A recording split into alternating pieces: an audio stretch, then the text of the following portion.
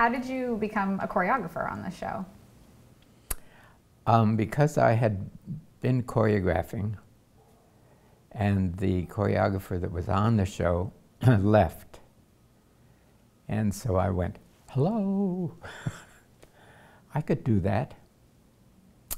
And they said, well, okay, we'll give you a shot.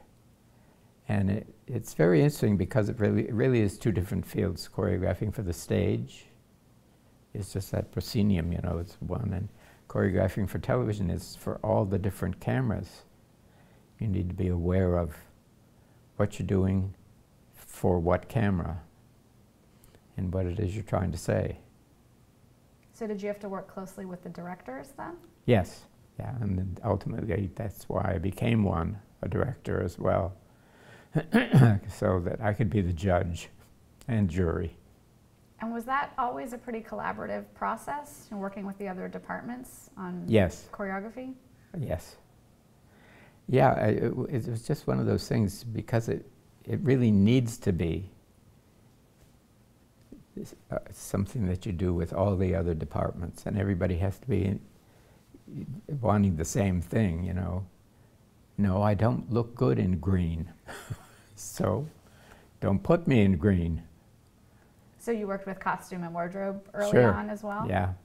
What about things like, you know, materials, making sure that your dancers could Oh, move? yes, very important, very important. You know, sometimes the costumer wasn't aware of that, and they'd put the dancers in clothes where they couldn't move at all. They said, but you look fabulous, just stand still. No, no, excuse me. It's about dance and movement.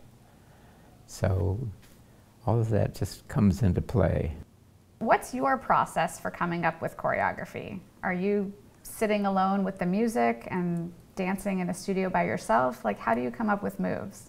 Well, again, it depends on the type of show and the type of movement. Mm-hmm.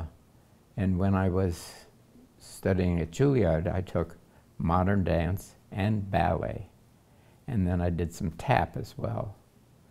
So, and they're all very different, even though you're using your same body, but the things you do with your arms, and you know, there's stuff that's just part of it. So what would be typical for something like the Garry Moore Show, the kinds of dancing that you would do? Well, I guess we call it show business dancing. So it wasn't classical. There's just something about dance and the different forms of dance, so that you use your arms differently, you have different things that you do or you don't do. You can do a whole number with your hands behind your back. And then just one comes out and goes.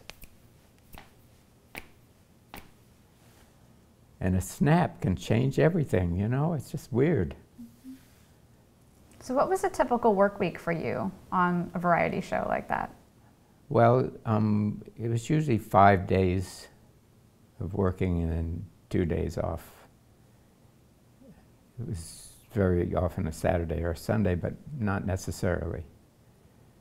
But because it was more about early on, it was about the crews and things that came from unions that performers didn't have early on.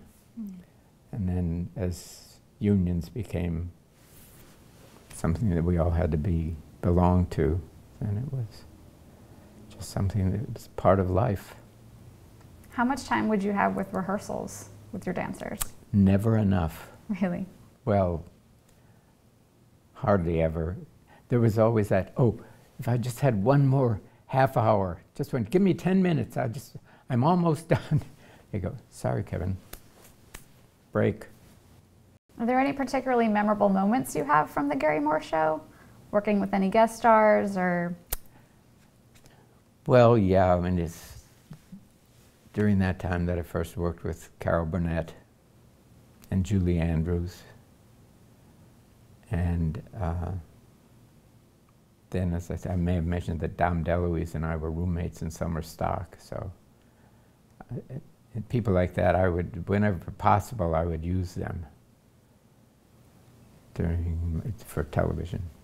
And were they collaborative artists? They have a lot of input in what they wanted to do on stage? A lot of them wanted to have a lot. And if I felt that what they had to offer was positive and good for it, I'd say, fine, good, we'll use that. And if not, I'd go, see you at lunch. Now remember who's the choreographer here, remember who's the director, and who's the artist.